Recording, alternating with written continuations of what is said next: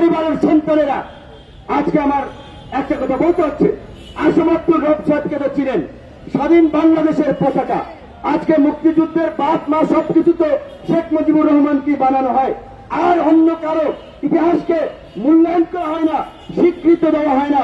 মুক্তিযুদ্ধের 4 খলিফা ছিলেন তৎকালীন সময়ে ডাক্তার বিপিজিএস এবং তৎকালীন ছাত্রলীগের সভাপতি সাধারণ সম্পাদক, যদিও সেই ছাত্রলীগের সভাপতি সাধারণ সম্পাদকরা কেউ পরবর্তীতে আওয়ামী লীগ করেন নাই।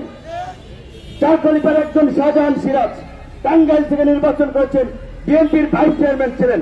আসম রব সাহেব সেই স্বাধীনতার 3 বছরের মাথায় তারা বঙ্গবন্ধুর শাসন আমল যখন মানুষের উপরে অত্যাচার নির্যাতন আজকের মতো এরকমের জঘন্য রাষ্ট্র ব্যবস্থা চলছিল, বিরোধী মত নির্মূল করার জন্য তারা একটা রাম রাজত্ব কায়েম করেছিল। সেই সময় তারা বঙ্গবন্ধুর বিরুদ্ধে প্রতিবাদের রাজপথে ফেটে পড়েছিলেন। তারা সেই সময় আর বঙ্গবন্ধুর আনুগত্য করেন নাই। যেদিন বঙ্গবন্ধু মুক্তিযুদ্ধের আদর্শের গণতন্ত্র ধ্বংস করে বাকচাল কায়েম করেছিলেন, তারা বঙ্গবন্ধুর বিরুদ্ধে গর্জে উঠেছিলেন। যেদিন মুক্তিযুদ্ধের মূল্যবোধ, গণমাধ্যমের স্বাধীনতা বা ব্যক্তির স্বাধীনতা, সেদিন 4টি পছন্দের পত্রিকা রেখে যখন বাকশাল কায়েম করার জন্য সমস্ত পত্র পত্রিকা বন্ধ করে রেখেছিল, সাংবাদিক সহ সমস্ত পেশাজীবীরাও কিন্তু সেদিন বঙ্গবন্ধু নেওয়ার নেতৃত্ব মানে নাই। বঙ্গবন্ধুর মতো এরকম একজন নেতা যার ডাকে মুক্তিযুদ্ধে দলমত নির্বিশেষে মানুষ অস্ত্র তুলে নিয়েছিল, যার অনুপস্থিতিতে এই দেশের মানুষ মুক্তিকামী জনতা নেতৃত্ব দানকারী নেতৃবৃন্দ তাকে প্রেসিডেন্ট বানিয়েছিল। কিন্তু ভাগ্যের কি নির্মম পরিহাস, মাত্র 4 বছরের মাথায় একটা জঘন্য ঘটনা দেখতে হলো, বাকশালের নির্মম নিষ্ঠুর পতন দেখতে হলো। কিন্তু দুঃখের বিষয়, ইতিহাসের এটাই সবচেয়ে বড় শিক্ষা, ইতিহাস থেকে কেউ শিক্ষা নেয় না। ইংরেজি একটি কথা আছে, হিস্ট্রি রিপিট ইটসেলফ, ইতিহাস নিজেই তার পুনরাবৃত্তি করে। আজকে দুঃখ হয়, শেখ হাসিনা তার বাবার চেয়ে জঘন্য পথে হাঁটছেন।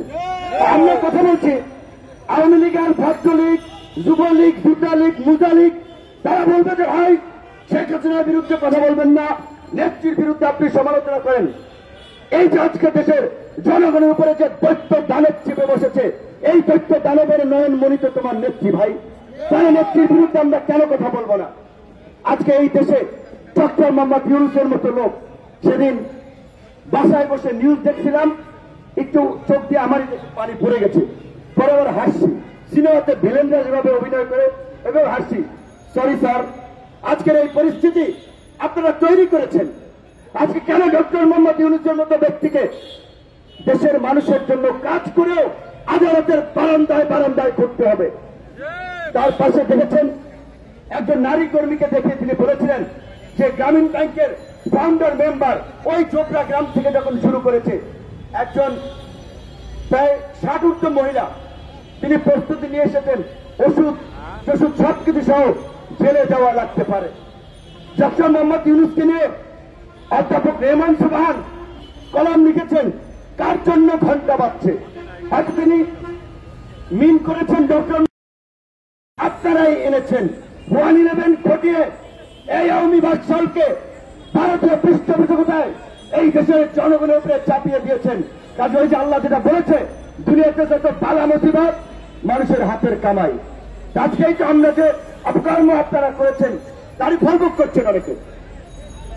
আজকে প্রতিবাদ করছে, এখন আমরা মিছিল করতে পারি, পুলিশের সাথে ধাওয়া পাল্টা দেওয়া হবে, কিছু নেতাকর্মী গ্রেপ্তার হবে, কয়েকজন আহত হবে।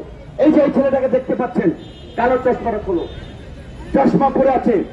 28 অক্টোবর এই আলরাজি কমপ্লেক্সের সামনে তার বাম চোখে গুলি লেগেছিল। তার বাম চোখের তিনি চোখের দৃষ্টি চিরতরে হারিয়েছেন। তারপরে আজকে আবার তিনি প্রতিবাদে এসেছেন। তিনি কোন জমিদারের ছেলে না, ওবায়দুল কাদের কিংবা বিএনপি আওয়ামী লীগের বড় বড় নেতাদের মতো শিল্পপতি যারা মনোনয়নের লাভে কর্মী নিয়ে রাজপথে থাকে, নেতা যিনি চেয়ারম্যান হতে চান, পৌরসভার মেয়র হতে চান, এই ছেলে কিন্তু সেরকম কোন পরিবারের সন্তান না। নির্বাচনের 10,000 টাকা খরচ করারও সক্ষমতা কিন্তু নাই। আমি বলছি ভাই তুমি আর আইসো না, বলছে ভাই চোখ একটা গেছে, জীবনও যদি যায় এই প্রতিবাদের পতন না হওয়া পর্যন্ত রাজপথে থাকবো।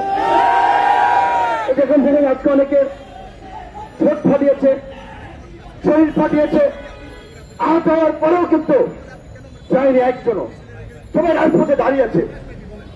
এখন আমরা বলছি যে আমরা পারি।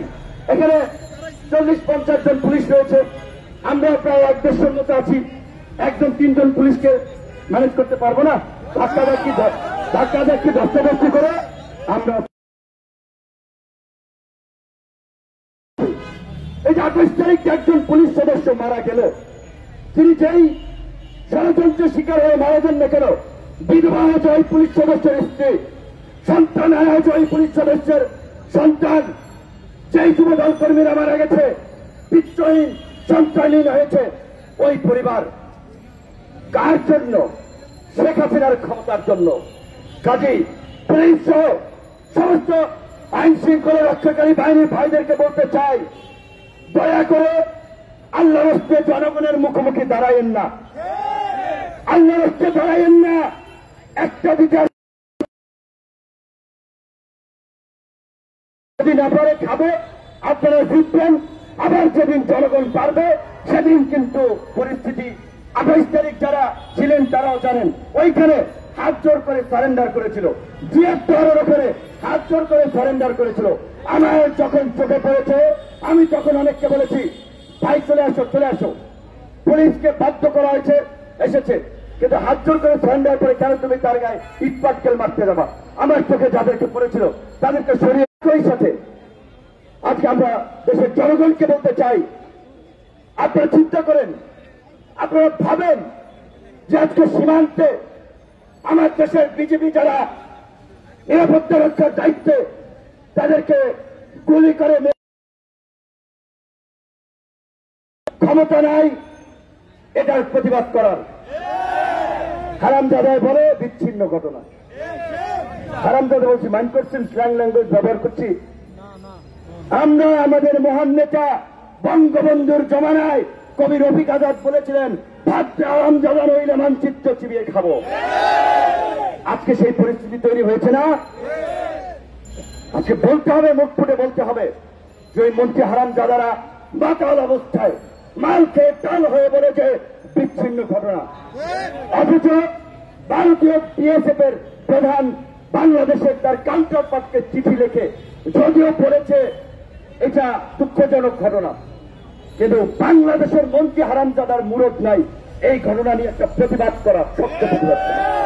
আজকে এই যে বিএসএফ ভাইদেরকে বলি, আপনাদেরকে আওয়ামী লীগ বলবে ভারতের সাথে রাজনৈতিক ফায়দা লাভের জন্য গুলি চালাইবেন, মারবেন, আবার কিছু বাঁচবেন, আবার ক্ষমতা দখলের জন্য ঢাকা শহরে বাংলাদেশের আছে আছে বিরোধী দলের উপরে বলবে গুলি চালাইবেন।